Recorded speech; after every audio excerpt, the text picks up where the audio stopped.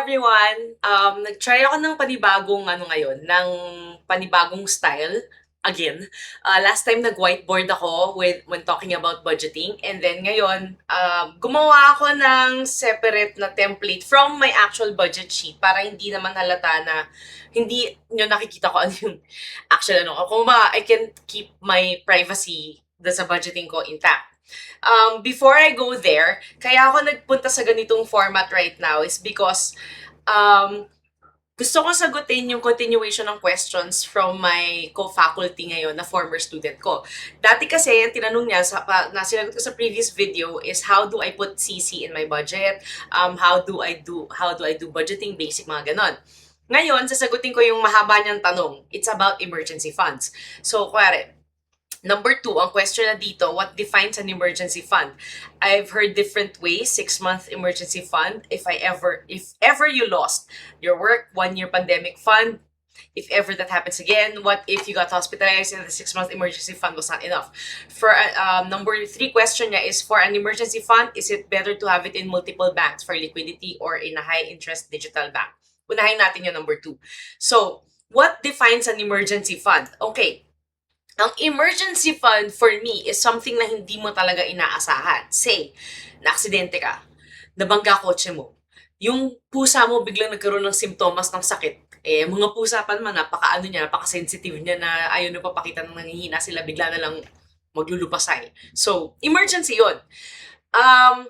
Yung emergency na hindi mo inaasahan would also mean like na ospital ka, na nagkasugat ka na malala, something like that. That would be counted as emergency fund.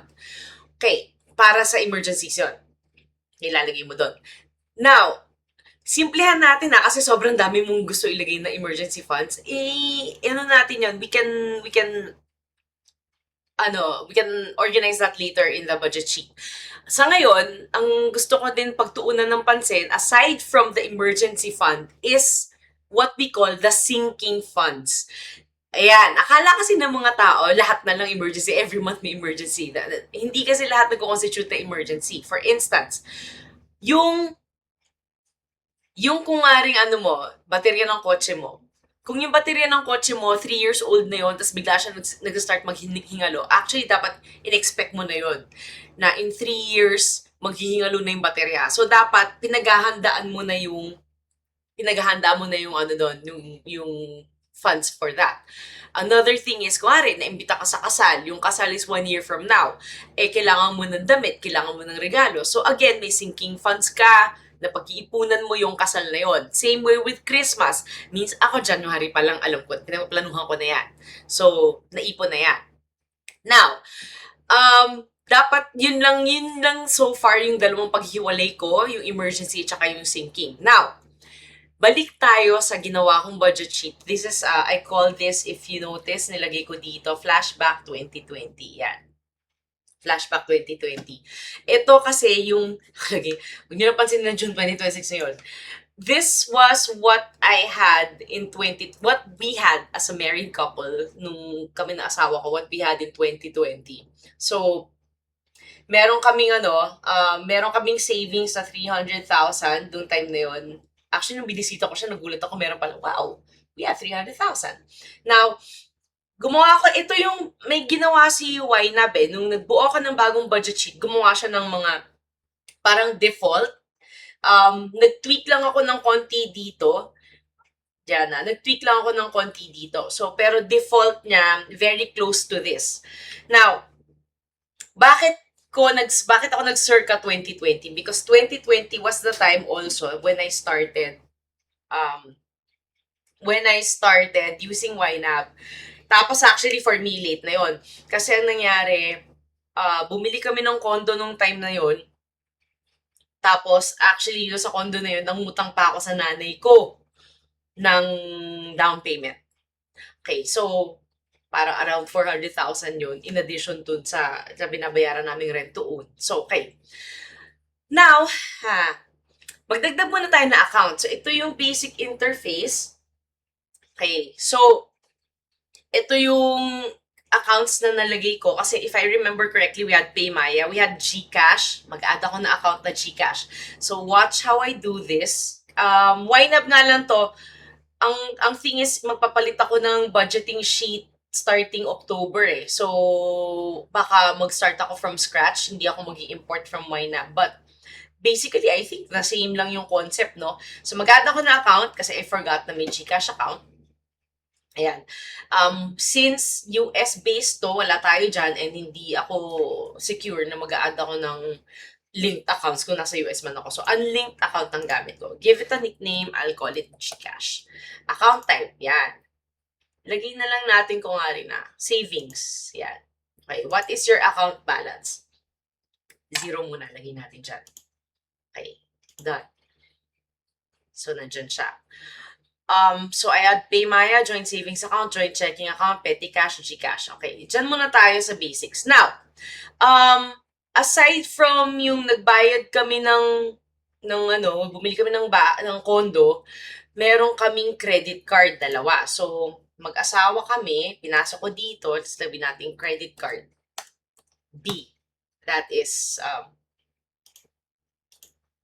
me. Okay, select account type, credit card. Yan. What is your account balance? 0 muna natin to. Next. Yan, done. May isa pang credit card din. Tingnan mo, if you notice, gumawa ng separate na, for cash and credit, basically. Again, sinabi ko sa previous ko na hindi tayo dapat naglalagay ng credit limit doon sa binabudget. So, if it does not exist, you do not put it in the budget sheet as part of the budgeting. Okay? So, ito, CC, yung asawa ko, lagay ko yung pangalan dyan. Ay, wala.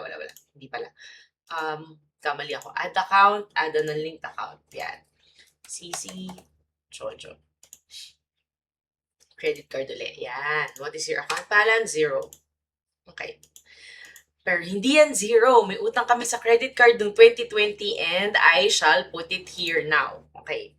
So, starting balance, palitan natin tong starting balance. Sabihin natin kasi hindi ko naman alam kung magkano, pero sabihin natin nasa 120,000 to. Save. Tapos sabihin natin na, nilagay dyan. Oops. Alright, dyan. Save. Yan. O, diba? Pansin nyo, siya agad. Naglagay siya agad dito ng naglagay siya dito ng negative number. So dito rin lagay tayo ng outflow. Sabihin nating nasa 110,000.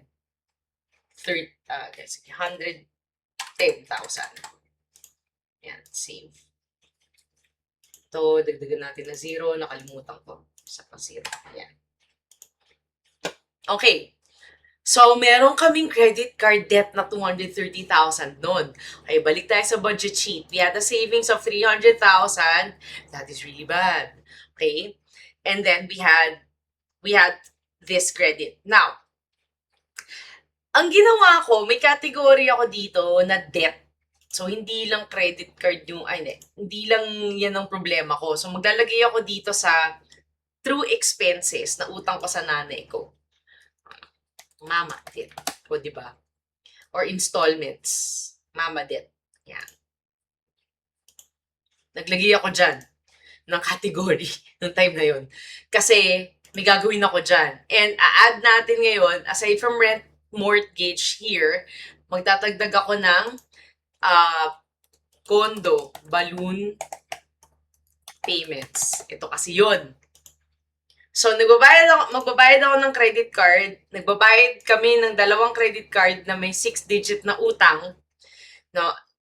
Pag nilagay ko lahat yung budget doon, ubos yun. Ubos yung savings namin. So, what we did, ito naman condo balloon payments, parang every September siya nung time na yun, nasa 148,000, 160,000 yata yung time na yun. But anyway, ganito gagawin natin, no? So, eto na siya ngayon. Multiple ang binabayaran natin. And, naglagay ako dito ng do not touch. If you notice, meron dito, joint savings account. So, actually, may laman siya. May multiple goals na tuloy ito. Parang, ang nangyari, magsiset ako ng multiple goals para hindi maubos yung savings at the same time nagbabayad ako ng utang at saka nagbabayad ako ng um, emergency funds. Yan. Okay. Another rule for myself when I started doing this is to pay yourself first. Sure, gusto kong magbayad ng utang and medyo mahirap yon gawin, but what you want to do is to be able to save first para at least pag may nangyaring emergency, hindi ako magre-rely sa utang uli. So, yun. Ngayon, itong gagawin natin. Lahat yan may target. Target ito, target ito. Oh, by the way, meron din pala kaming wedding noon. In 2020, January 2020, we were supposed to be getting married in church. Unfortunately, what happened at that time was na-cancel siya during the quarantine. Thankfully, nabayaran na namin fully lahat yon. So, hindi ko na pala siya i-add sa goals. Nabayaran namin siya fully lahat. O, di ba ang sakit nun? Nahirapan kami kumuha ng refunds nung na-cancel yung wedding. 2 weeks before the wedding, na-cancel siya. O, di ba? So, sakit. Anyway, ganito na gagawin natin, no? So, here first, gawa tayo ng debt. Ayan, create a debt payoff target. So, sabihin natin gusto kong mabayaran ito in September 2026. Yan. So, sasave ko yung target na yan. Ayan, assign 30,000 this month to stay on track. Wow, ang sakit. Diba? Ayan, naglagay siya niyan. Same with this one, create a debt payoff target. So, lagay din natin siya September. Save target. Assign 27,000 this month to stay on track. Okay, dahil masakit siya, meron akong ginawa na hack. Ginawa ko, yan, tanggalin uli natin yung dalawa. Kinancel ko muna. Lipat ako dito ko gagawin yung goal. So, instead of, diba, January ako nag-start ng budget, pero June kasi to ngayon. So, naging July yung nakalagay dito. July siya. Now, imagine na lang na February to. Since January ako nag-start nun. So, ngayon, gagawa tayo ng goal. Here, create a debt payoff target. If I want to be able to pay it by October, save target. Yan, 30,000. And then, create a debt payoff target here. Also, October, 27,000. Sakit, di ba? Now, condo balloon payments, sabihin natin kasing January noon, ta September. So, I had 9 months. February, March, April, May, June, July, August, September. 8 months pala. So, ang 8 months ng July is July, August, September, October, November, January, February, March. So, March. Create target by, I need 160,000 by first, by year. Ayan, by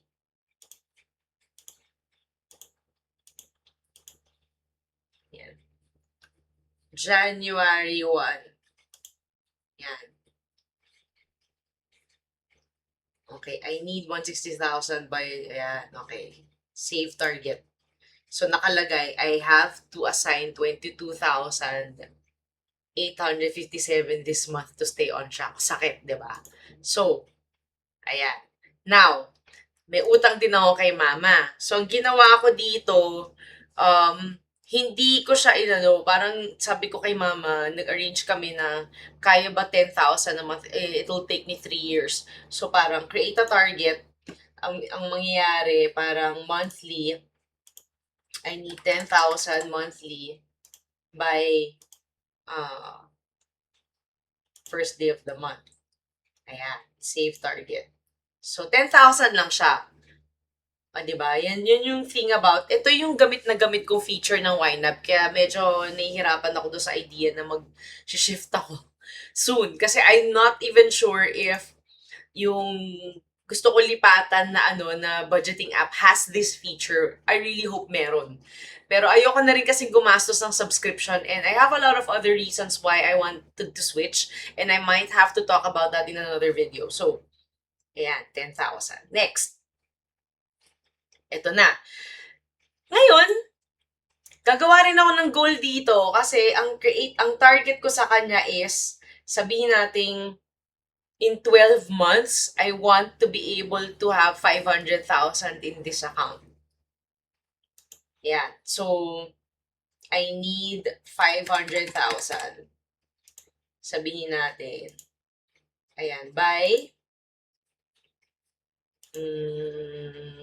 2027. Lagyan natin June 2027 siguro kasi yun yung yun yung start. So, June 30. Yan. No. Yan, di na. Ganyan lang. Next year, or I could do custom siguro. Kasi hindi ganito yung setup ng YNAB dati. Iba yan eh. Due on, yan. Yan lang. Custom. Hindi ko na i-repeat. I just wanted 500,000 by December. So, tigas ng mukha ko, no? So, yan. Save target. Yan. So, I assigned 41,000 this month to stay on track. My goodness. Paano ko na-meet lahat to? Diba? Ang hirap niya nun. Okay, now, let's go back to the previous month, the current month. Nilagay ko siya sa following month. Kasi nga, hack yun. Dahil pag nilagay ko siya sa ngayong month na to, lahat ng 40,000, 20,000, lahat yun nilalagay ko kaagad this month. Hindi ako ready. Next month ko siya sa start. So, ilagay natin doon sa ulit. Balik tayo sa previous month. Yan. Okay, now, mag-a-assign ako dito. Unahin ko yung savings. Say, savings account, I wanted to save around 30,000. Yan. Lagay natin sa joint savings account. O nga pala, maglalagay ako ng 10 dito kasi yan yung maintaining balance ng checking account ng BPI. So, dyan lang muna natin siya ilagay. Yan.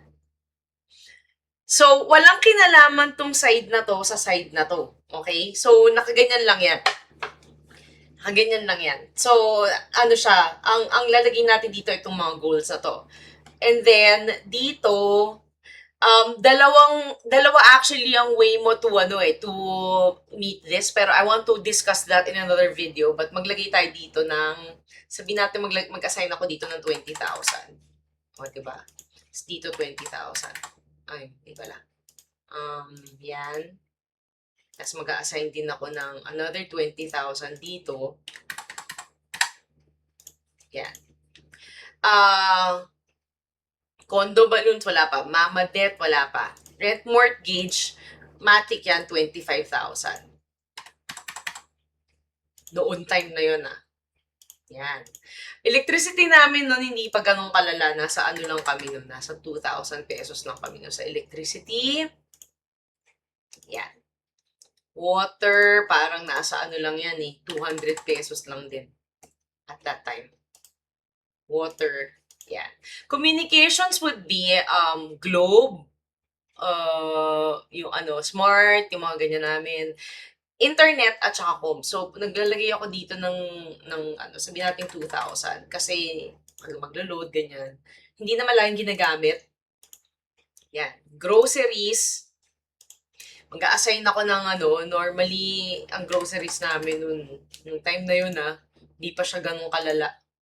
Groceries, dining, ito actually pinakamagastos ako. Dining. Ay, nako, pre-pandemic days. Yan. Okay. Yan. So, meron akong ganyan. I also don't believe in depriving yourself. So, meron akong mga dito. Kung wala pa namang kasal na attenda nung time na yon, yung kasal namin, bayad na yun. Christmas gifts, siguro maglalagay ako dito ng 2,000 per month para lang kahit January, nakapag-ipon na ako. Yan.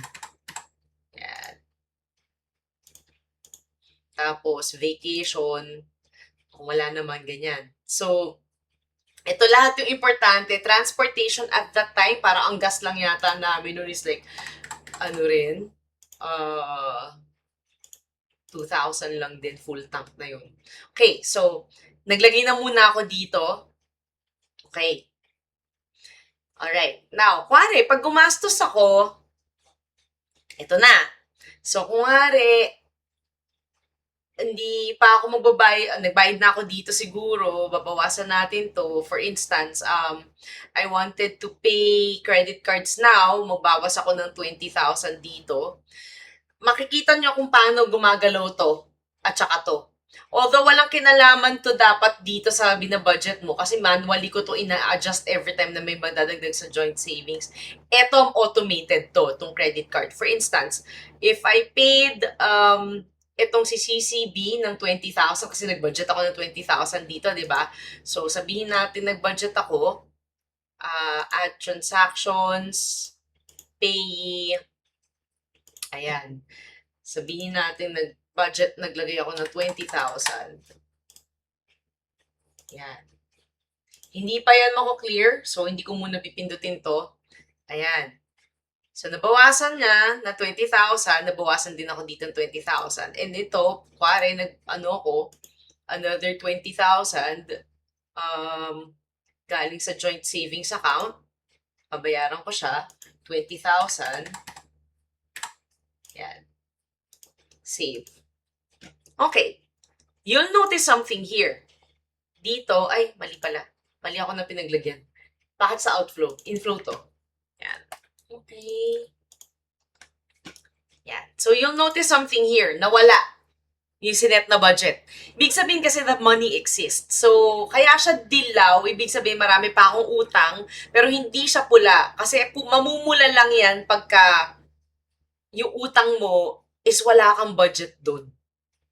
Yan. So, ganyan siya. Now, kuwari, the following month na, no, hindi ko pa na-distribute to, pwedeng ilagay ko na yung the rest of this dun sa joint savings account na.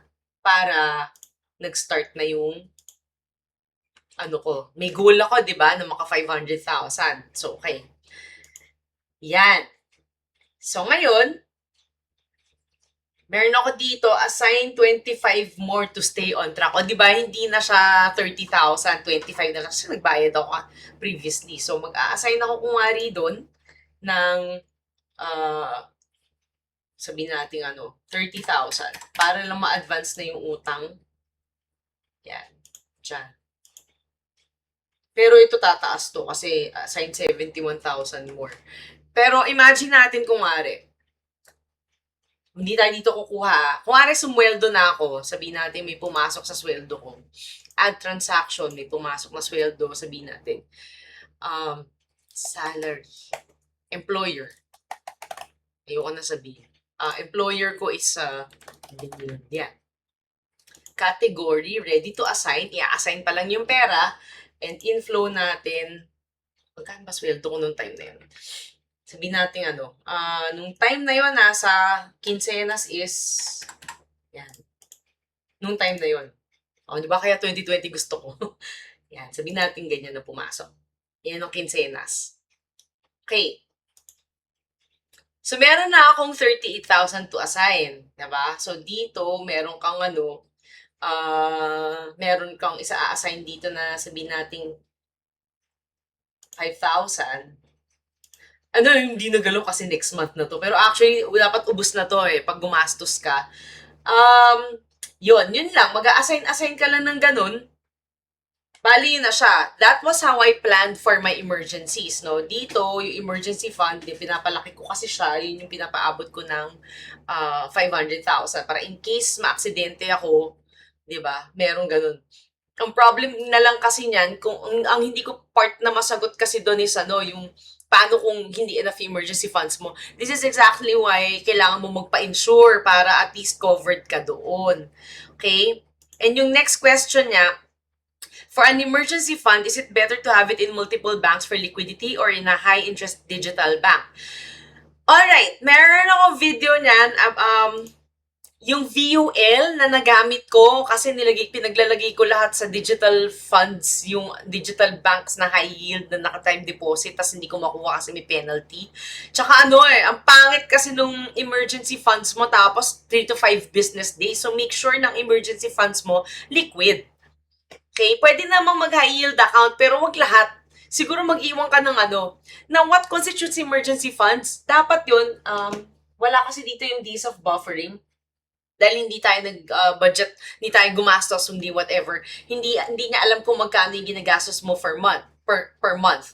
So, dun sa last sample na binigay ko, kung nga 40,000 na nagagastos mo per month, ang mangyayari doon, dapat meron kang 6 months equivalent nun. Kung nauubos mo yung 40,000 mo per month, 6 months equivalent nun would be ano ba yung 6 months na 40,000? Yan, di ba?